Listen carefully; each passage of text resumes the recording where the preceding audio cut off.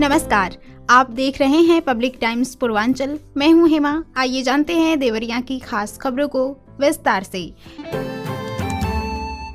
विधिक अधिकारों के प्रति आमजन को जागरूक करना लीगल एड क्लिनिक का मुख्य उद्देश्य है। यह बात अपर जिला एवं सत्र न्यायाधीश सचिव जिला विधिक सेवा प्राधिकरण देवरिया मनोज कुमार तिवारी ने कही। राज्य विधिक सेवा प्राधिकरण लखनऊ के निर्देश पर जिला विधिक सेवा प्राधिकरण देवरिया के तत्वावधान में तहसील सलेमपुर क्षेत्र के खुखुंदू, नोनापार, रतनपुरा, कुंडौली और पिपरा मिश्र ग्राम पंचायतों में विधिक सहायता केंद्र का उद्घाटन किया गया। कार्यक्रम में न्याय अधिकारी ग्राम न्यायालय सलेमपुर सक्षम शेखर और तहसीलदार अलका सिंह भी मौजूद रहीं।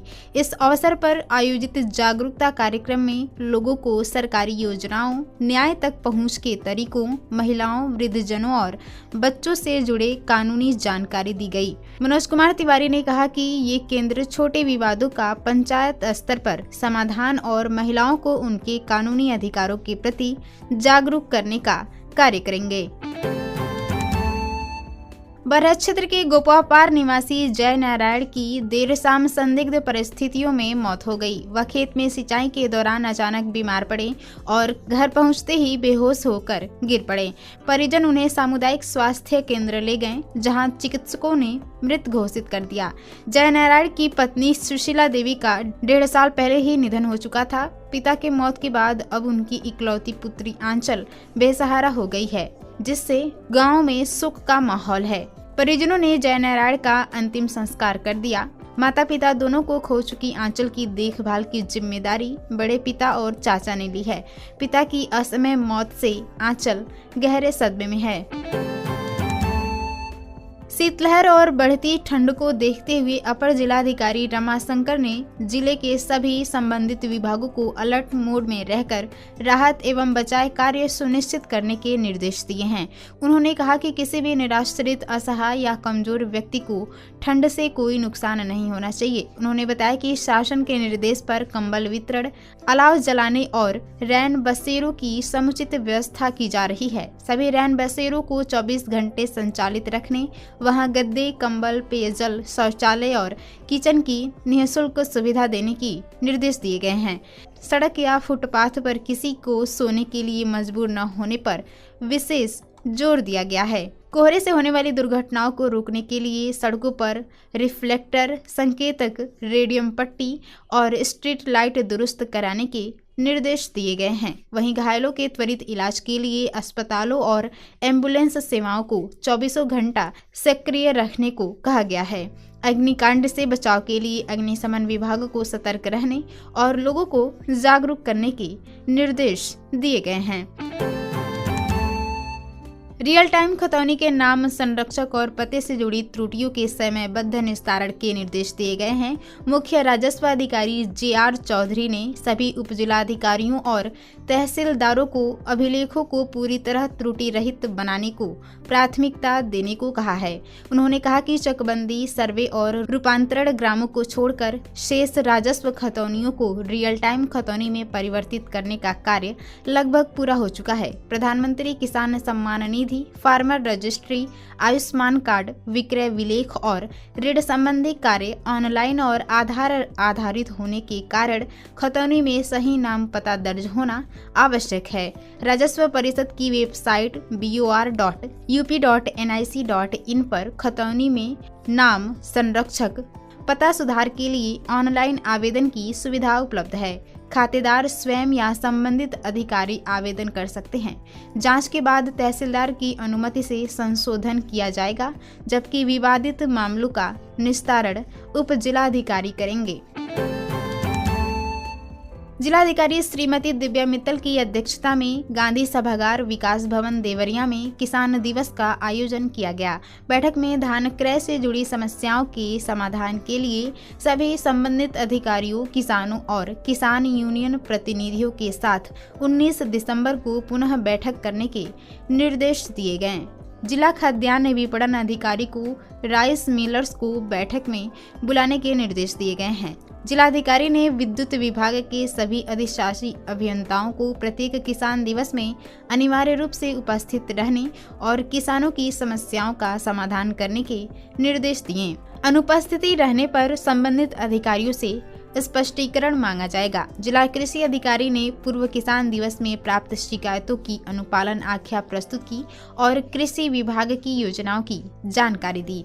उद्यान विभाग ने एकीकृत बागवानी मिशन के तहत फसलों की खेती पर अनुदान और सब्जी बीज निःशुल्क उपलब्ध कराने की जानकारी दी।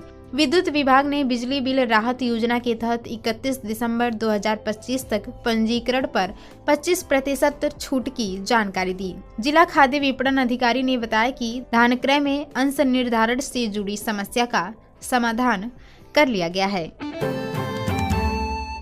मुख्य चिकित्सा अधिकारी डॉक्टर अनिल कुमार गुप्ता की अध्यक्षता में धन्वंतरी सभागार में जिला स्वास्थ्य समिति की बैठक आयोजित की गई। बैठक में स्वास्थ्य योजनाओं की समीक्षा करते हुए अधिकारियों को आवश्यक दिशा निर्देश दिए गए। पिछली बैठक की अनुपालन आख्या की समीक्षा भी की गई। सीएमओ ने निर्देश दिया कि जिन आशाओं द्वारा एक भी प्रसव नहीं कराया गया है, उनकी सेवा समाप्त कर नई आशाओं की भर्ती प्रक्रिया शुरू की जाए। अस्पतालों में डॉक्टरों की समय से उपस्थिति, 100% स्टाफ की हाजिरी और इमरजेंसी में डॉक्टर की अनिवार्य उपलब्धता सुनिश्चित करने के निर्देश दिए गए।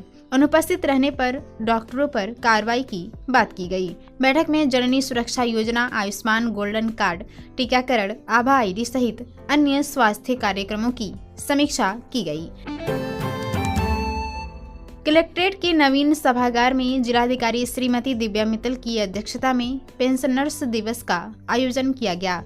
इस अवसर पर जिलाधिकारी ने पेंशनरों को शाल ओढ़ाकर और माल्यार्पण कर सम्मानित किया। वरिष्ठ कोषाधिकारी देवरिया ने सभी पेंशनरों का सम्मान किया। कार्यक्रम में पेंशनर संगठनों और पेंशनरों द्वारा दिए गए प्रार्थना पत्रों व ज्ञापनों पर जिलाधिकारी ने नियमानुसार कार्रवाई के निर्देश दिए। साथ ही मुख्य चिकित्सा अधिकारी को पेंशनरों से जुड़ी लंबित चिकित्सीय मामलों का निस्तारण प्राथमिकता के आधार पर 2 माह के भीतर करने को कहा। अग्रणी जिला प्रबंधन RS प्रेम ने बताया कि ग्रामीण युवाओं, महिलाओं और स्वयं सहायता समूहों को आर्थिक रूप से सशक्त बनाने के उद्देश्य से RCT द्वारा उत्पाद प्रदर्शनी व बिक्री मेले का आयोजन किया जा रहा है।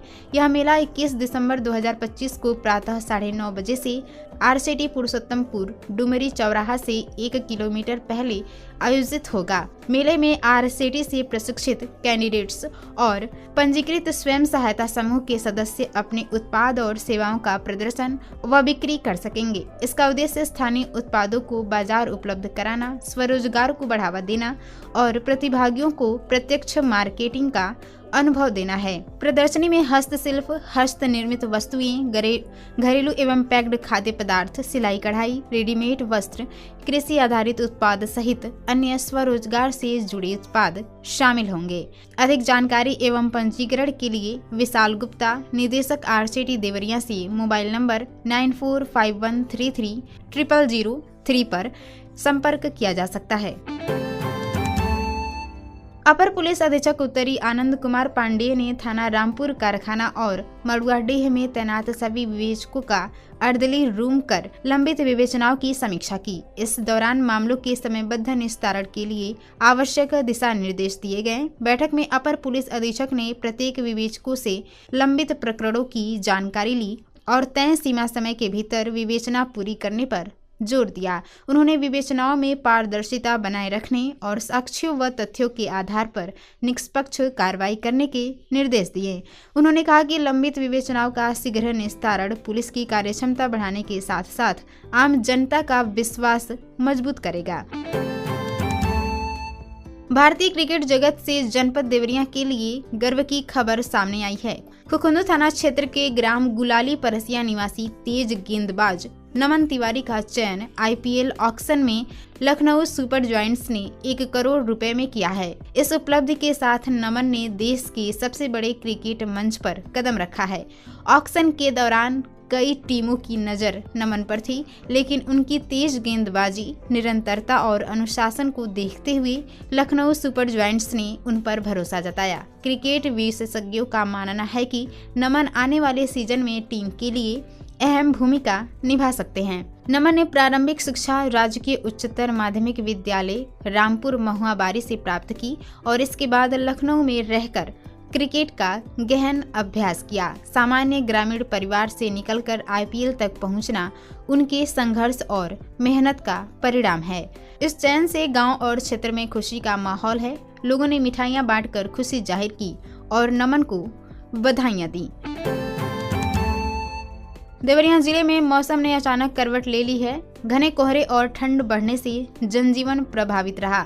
अधिकतम तापमान में 4 डिग्री गिरावट मिली, जिससे गलन और ठिठुरन बढ़ गई है। दिन भर धूप नहीं निकलने के कारण लोग घरों में ही रहने को मजबूर रहे। मौसम विभाग ने अगले 3 दिनों तक घने कोहरे और कड़ाके की ठंड बने रहने की चेतावनी जारी की है। स्कूल कॉलेज जाने वाले विद्यार्थियों और नौकरी पेशा लोगों को परेशानी का सामना करना पड़ रहा है। ठंड और कोहरे के चलते स्कूल समय में बदलाव की मांग भी उठने लगी है। ठंड से बचाव के लिए नगर पंचायत और नगर पालिका स्तर पर अब तक अलाव की व्यवस्था नहीं किए जाने से लोगों में नाराजगी देखी गई। आपको बताते चले कि भटनी थाना क्षेत्र के घाटी बाजार में एक आवारा कुत्ते के आतंक से हड़कंप मच गया। काले रंग के कुत्ते ने 6 से अधिक लोगों को काटकर घायल कर दिया है, जिससे बाजार में आफरा तफरी की स्थिति बन गई। घटना के बाद लोगों में दहशत है और बच्चों को घरों में ही रखा जा रहा है। घायलों में घाटी बाजार निवासी प्रभावती देवी, धर्मखोर बाबू गांव निवासी जीतन प्रसाद और अमन कुमार, गोपालपुर निवासी गुड्डू कुमार, शुभम कुमार और रेशमा देवी शामिल हैं। सभी घायलों को नजदीकी स्वास्थ्य केंद्र ले जाया गया और इलाज और एंटी रेबीज टीकाकरण कराया गया। जिगना दीक्षित गांव में भी कुत्ते द्वारा 6 पशुओं को काटे जाने की सूचना पर पशु चिकित्सक ने मौके पर पहुंचकर पशुओं का टीकाकरण कराया। CHC प्रभारी चिकित्सा अधिकारी डॉक्टर नवीन कुमार ने बताया कि सभी घायलों का उपचार कर दिया गया है। ग्रामीणों ने प्रशासन से आवारा कुत्तों पर तत्काल नियंत्रण की मांग की है। तो ये थी देवरिया की खास खबर। आप इसे देख रहे थे पब्लिक टाइम्स पूर्वांचल पर। मैं थी आपके साथ हेमा। नमस्कार।